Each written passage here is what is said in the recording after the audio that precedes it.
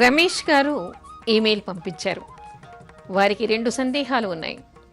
ఒకటేమిటంటే, భార్యాభర్తలు మధ్యలో ప్రతి చిన్న విషయానికి గొడవ అవుతూ ఉంటే అలా కాకుండా ఉండటానికి, సఖ్యత కుదరటానికి ఏమైనా పూజలు మంత్రాలు ఉన్నాయా అని వారు అడుగుతూ ఉన్నారు.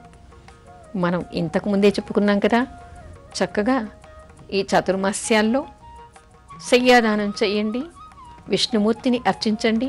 మీ మధ్యలో ఉండేటువంటి దూరం తొలగిపోతుంది, మీ ఇద్దరి మధ్యలో అనుకూలత ఏర్పడుతుంది. తర్వాత వీరికి ఉండేటువంటి మరో సందేహం, మరి వీరు ఎవరి గురించి అడుగుతున్నారో తెలియదు. కోరుకున్న వ్యక్తితో పెళ్ళి కావాలంటే ఏదైనా మంత్రాలు ఉంటాయా అని వీరి సందేహం. కోరుకున్న వ్యక్తితో వివాహం కావటానికి మనకి అనేకం ఉన్నాయి. వాటిలో ముఖ్యంగా రుక్మిణీ కళ్యాణం. రుక్మిణీదేవి ఏం చేసింది? తాను కృష్ణుణ్ణి పెళ్లాడాలి అనుకుంది. కానీ అక్కడ తన అన్నగారు, తన తండ్రి శిశుపాలుడితో వివాహం చేయటానికి వివాహ సన్నాహాలన్నీ జరిగిపోయాయి. అక్కడికి వివాహ మంటపానికి శిశుపాలుడు వచ్చేశాడు కూడా.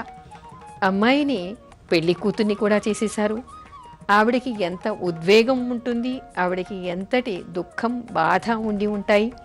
అయితే అంతకుముందే ఆవిడ ఒక బ్రాహ్మడికి ఉత్తరం రాసిచ్చి పంపించిందిట. నన్ను ఏ విధంగా అయినా రాక్షస విధిని అయినా వివాహం చేసుకోవడానికి వచ్చి నన్ను తీసుకెళ్ళు కృష్ణ అని చెప్పేసి కృష్ణుడికి ఆవిడ ఉత్తరం రాసి పంపించింది. ఆ ఉత్తరం అందుకొని కళ్యాణ వేదికకు వెళ్లే ముందు రుక్మిణీదేవి అమ్మవారిని అర్చించడానికి వెళ్ళినప్పుడు ఆ దేవాలయానికి వెళ్ళి ఆ రుక్మిణీదేవిని తన రథం మీద ఎక్కించుకుని వచ్చి కృష్ణుడు రాక్షస విధిని వివాహం చేసుకున్నాడు.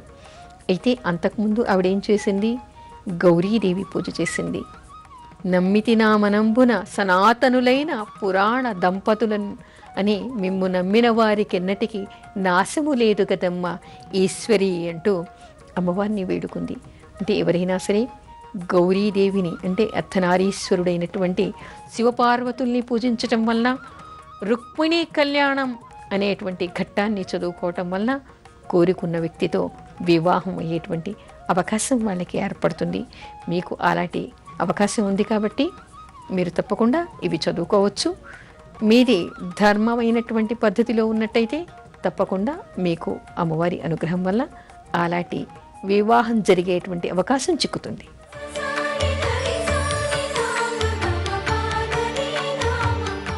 ఇప్పుడు అర్చనలో కొన్ని భక్తి గీతాలు.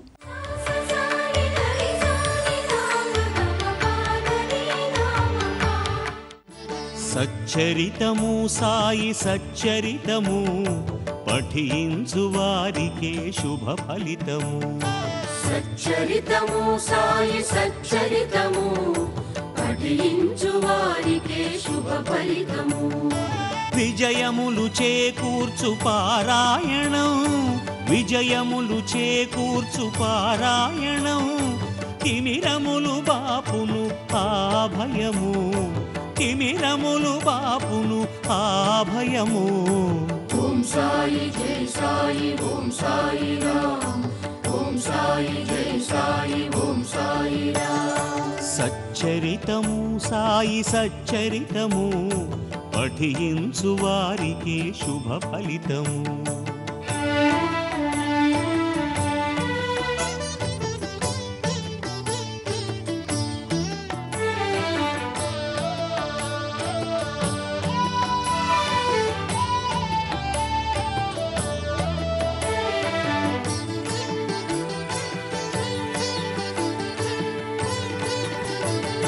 విఘ్నరాజుని తొలుత తలచుకొని వేడాలి, పిదప బాబా పదము పూజించి మొక్కాలి.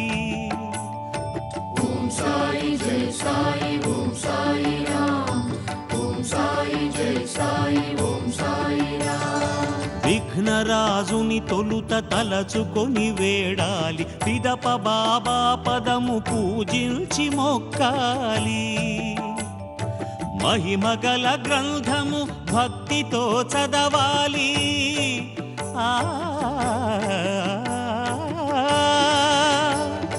మహిమగల గ్రంథము భక్తితో చదవాలి, ఫలశ్రుతి ప్రార్థనతో హారతులు ఇవ్వాలి, ఫలశ్రుతి ప్రార్థనతో హారతులు ఇవ్వాలి. ఓం సాయి జై సాయి ఓం సాయి రామ్, ఓం సాయి జై సాయి ఓం సాయి రామ్. సచ్చరితము సాయి సచ్చరితము, పఠించు వారికే శుభ ఫలితము.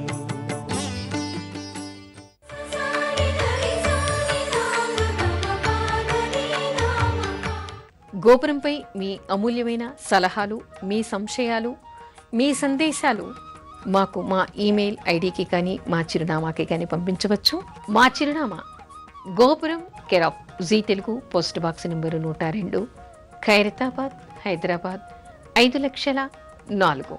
మా ఈమెయిల్ ఐడి gopuram.ztelugu@gmail.com. తిరిగి రేపటి గోపురంలో మరికొన్ని సాంప్రదాయాలు చెప్పుకుందాం. అంతవరకు సెలవు. నమస్కారం.